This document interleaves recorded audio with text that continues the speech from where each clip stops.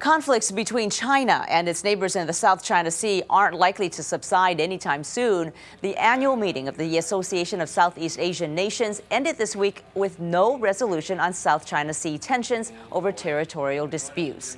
ASEAN member nations were careful not to take an aggressive stance against China.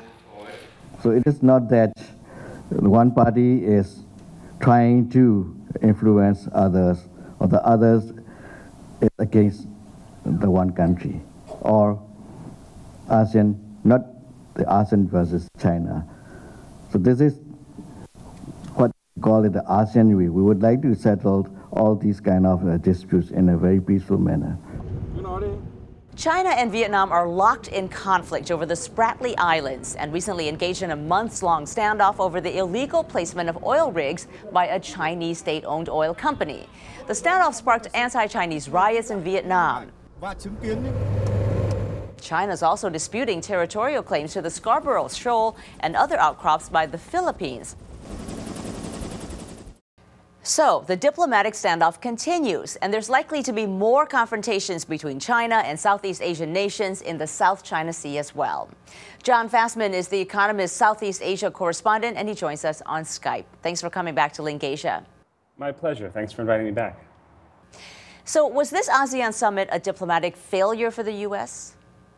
I think what they have managed to do and what other claimants in the South China Sea really wanted to see happen was to put the issue of the South China Sea in front of ASEAN. I think China generally would prefer to deal with South China Sea issues bilaterally because they have more leverage over one country than they do around 12.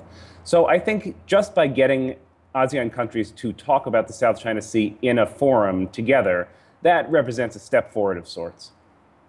That ASEAN meeting also showed a division among its members about China. What is left for Vietnam and the Philippines? Let's start with Vietnam.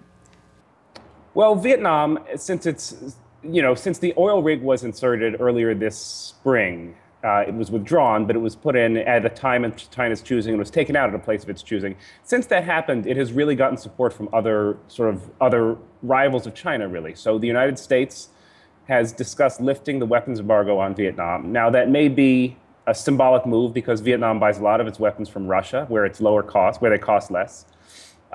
So it may not have much of a practical effect, but it's a good symbol. Also, this week, an Indian frigate was due to take part in joint exercises with Vietnam's Navy. And Japan, at the beginning of the month, said it would give Vietnam 6 naval vessels to boost its patrol capacity. So Vietnam has really shored itself up with other regional players since its fight with China has heated up. What about public opinion in Vietnam? Has the regime been able to keep popular feelings under wraps?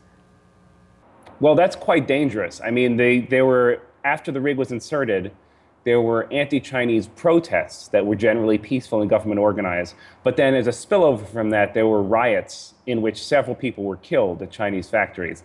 I think the danger for Vietnam's government is that anti-Chinese sentiment is generally running very, very high. That is an easy thing to play with to get political support, but once you start toying with those nationalist sentiments, it could be very hard to diffuse the tension. And how about the Philippines? They are even weaker than Vietnam? The Philippines also has a standing military alliance with the United States. I think it's the only formal military alliance with the U.S. in Southeast Asia. So they are, militarily, perhaps their capacity is not as great as Vietnam's, but they've been quite good at shoring up alliances elsewhere.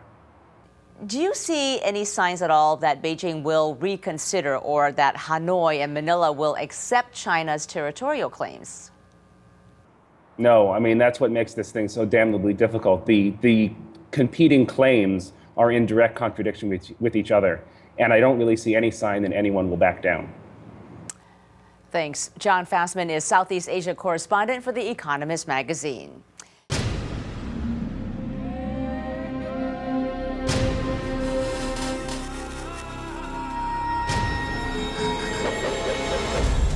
Now on U.S. airwaves, a global channel of uncompromising stories.